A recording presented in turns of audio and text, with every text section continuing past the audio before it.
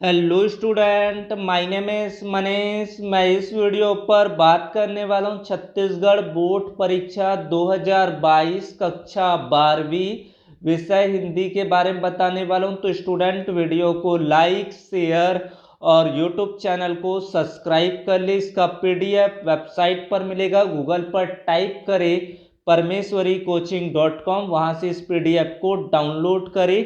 खंड क 3 खंड में बटा है। यहाँ पर खंड क, खंड ख और ग। पहले खंड में दिया गया अपठित गद्यांश को ध्यानपूर्वक पढ़कर इन पर आधारित प्रश्नों के उत्तर लिखिए। ये अपठित गद्यांश है। इसी टाइप के अपठित गद्यांश आपके पेपर पर पूछे जाएंगे। सभी सेटों पर अलग अलग होगा। 3 सेट होते हैं, तीनों सेट पर अलग अलग अपठित गद्यांश आएगा।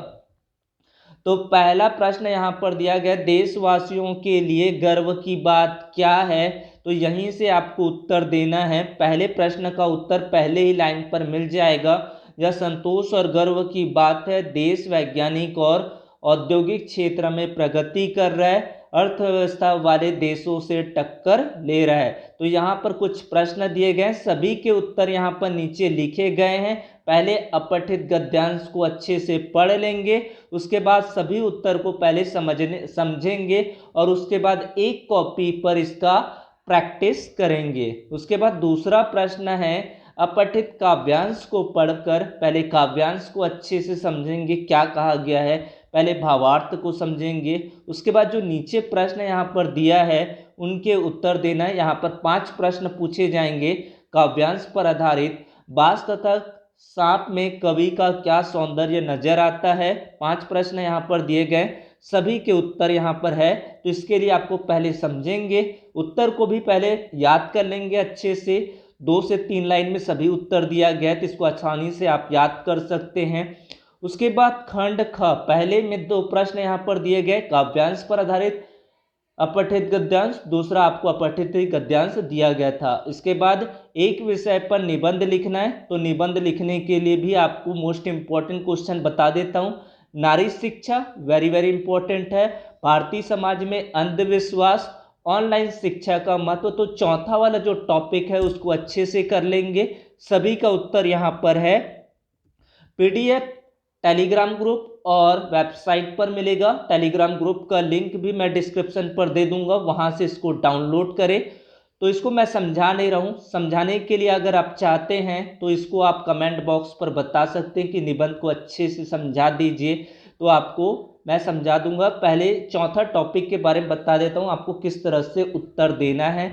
ऑनलाइन शिक्षा का महत्व, जैसे कि पता होगा स्टूडेंट को, कोविड-19 के बाद सिचुएशन ऐसा था कि ऑफलाइन तो स्कूल बच्चे जा नहीं पाए थे, उसकी जगह पर ऑनलाइन शिक्षा हुआ था। उसकी इम्पोर्टेंस आप बता सकते हैं।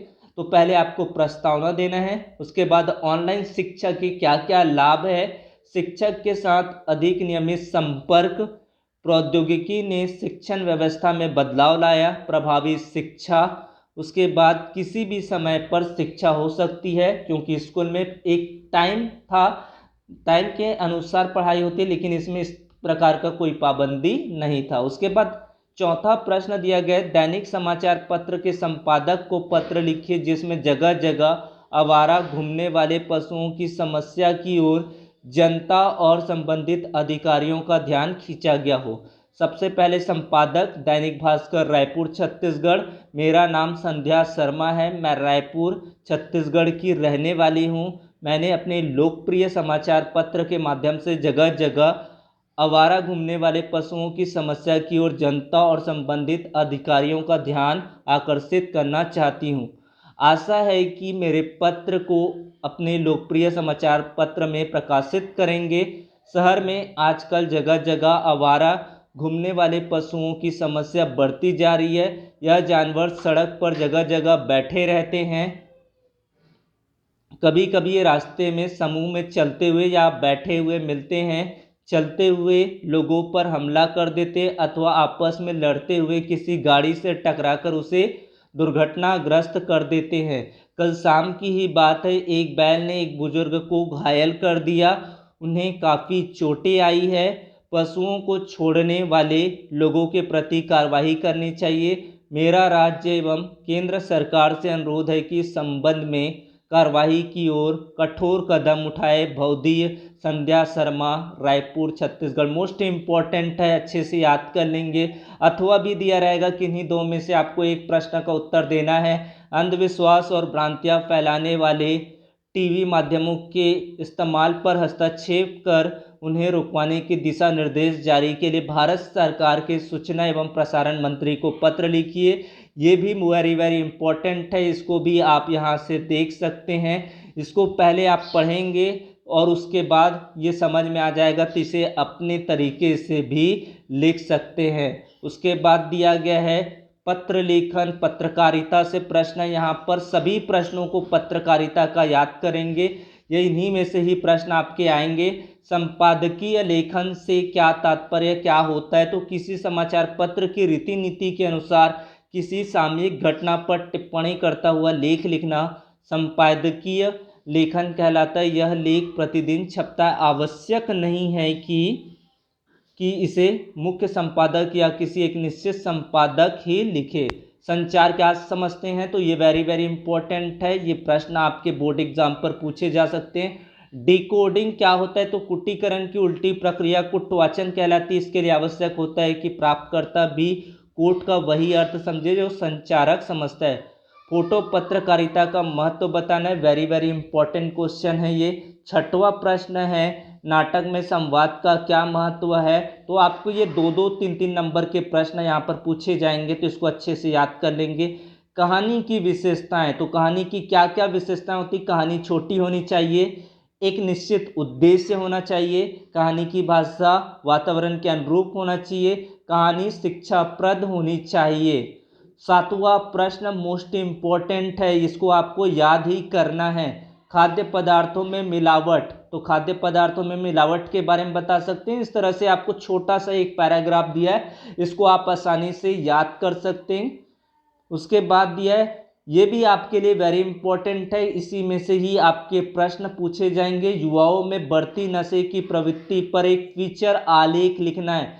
तो इस तरह से आपको इसका उत्तर देना है। जीवन विधाता का वरदान है, परंतु युवा पीढ़ी इस वरदान को अभिशाप बनाने की ओर अग्रसर है। उसके बाद आठवां प्रश्न देख लेते हैं। आठवां प्रश्न खंड ग से आ जाता है। निम्नलिखित काव्यांश पर आपको उत्तर देना है। तो ये काव्यांश है आपका, मुझे दंड दो कि हो जाऊं पताली अंधारे की गुहाओं में विवरों में। तो ये यहाँ पर आपको प्रश्न दिया गया है। सभी प्रश्नों को पहले याद कर लेना है, यहाँ पर सभी का उत्तर समझा दिया गया, उत्तर दे दिया गया है, तो इसको आप अच्छे से याद कर लेंगे।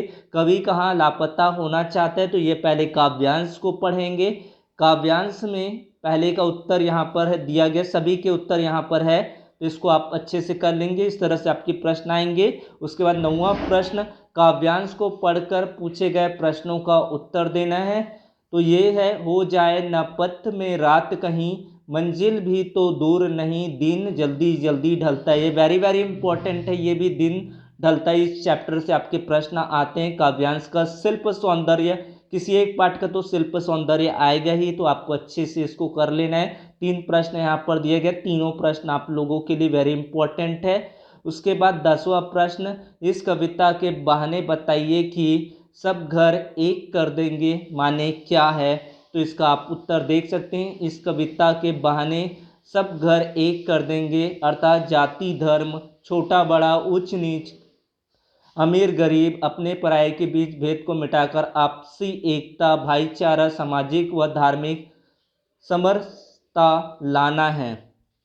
उसके बाद दिया है, जन्म से ही अपने साथ लाते हैं कपास, कपास के बारे में सोचे कि कपास से बच्चों का क्या संबंध बन सकता है। इंपॉर्टेंट क्वेश्चन है, जितना आपको बता रहा हूँ आपको अच्छे से कर लेना है। और टेलीग्राम ग्रुप को ज्वाइन कर ले, जो भी अपडेट होगा वो टेलीग्राम थ्रू मिलेगा आपको। अधोलिखित गद्यांश को पढ़कर आपको प्रश्न देना है। मनुष्य जाति से लेकर ये पूरा आपको दिया गया पठित गद्यांश। पाठ का नाम, हर पाठ का नाम आप याद रखेंगे, उसके लेखक कौन है। भारत में कुछ समाज सुधारकों का नाम ये आप पहले से पढ़ चुके हैं, आता है कि कौन कौन समाज सुधारक थे।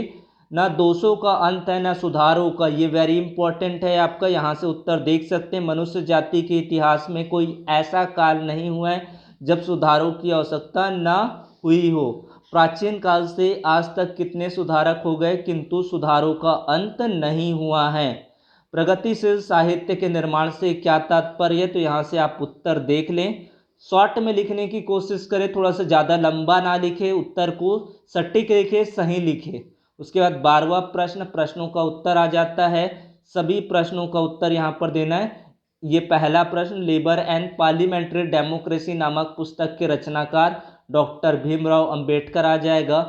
गगरी फुट्टी बैल पियासा कथन के पीछे छिपी वेदना को स्पष्ट कीजिए, इंपॉर्टेंट है। महामारी फैलने से सूर्योदय और सूर्यास्त के दृश्य में क्या अंतर होता है, तो महामारी फैलने के बाद गांव में सूर्योदय और सूर्यास्त में सूर्योदय होते ही कांपते कुकते कहराते अपने अपने घरों से बाहर निकलकर अपने पड़ोसियों और आत्मियों को ढाढ़स देते हैं। उसके बाद सूर्यास्त का देख सकते हैं यहाँ पर। सभी प्रश्न इंपॉर्टेंट है, आपको अच्छे से करना है। लाहौर अभी तक उनका वतन है, दिल्ली मेरा या मेरा वतन ढाका है। जैसे उद्धार किस सामाजिक अर्थार्थ का संकेत देते हैं, इंपॉर्टेंट क्वेश्चन है ये भी। लाहौर अभी तक उनका वतन है, दिल्ली मेरा या मेरा वतन ढाका है। जैसे उद्धार यह संकेत करते हैं कि राजनीतिक कारणों से देशों को विभाजित किया जा सकता है किंतु लोगों की भावनाओं को नहीं बांटा जा सकता। आपको उत्तर समझ में आ गया होगा कि क्या लिखना है इसके आगे।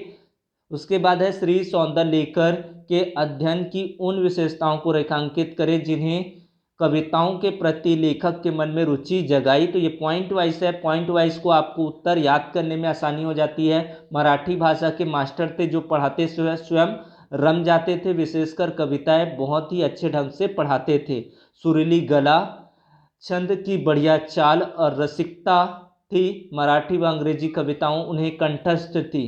इस तरह से आपको उत्तर देना है। ज़्यादा बड़ा बड़ा नहीं लिखेंगे पॉइंट को।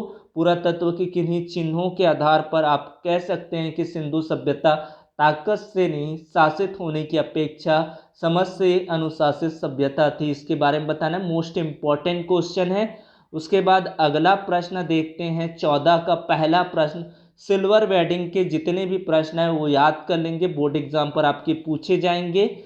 यशोधर बाबू का चरित्र चित्रण करना है। परंपरावादी थे, यशोधर बाबू परंपरावादी है, उन्हें पुराने रीति रिवाज अच्छे लगते हैं, वे संयुक्त परिवार के समर्थक है। संवरना अच्छा नहीं लगता, घर की भौतिक चीज़ों से उन्हें चिढ़ है। पाश्चात्य संस्कृति के विरोधी थे। वेडिंग बनाना, पतलून सैंडो ड्रेस, बिना बाह वाले ब्लाउज, केक काटना आदि पाश्चात्य संस्कृति की ही देन मानते हैं, उसे ना अपनाकर विरोध प्रकट करते। धार्मिक, उसके बाद आदर्शवादी। उसके बाद जितने भी यहाँ पर, ये तो सिल्वर वेडिंग का याद करना है। जूझ कहानी के प्रमुख पात्रों को पढ़ना जारी रखने के लिए कैसे जूझना पड़ा और किस उपाय वह सफल हुआ, इसके बारे में आपको लिखना है। इस तरह से इसको याद कर लेंगे। अगला प्रश्न, ये क्वेश्चन आप लोगों के लिए इम्पोर्टेंट है, दूसरा वाला।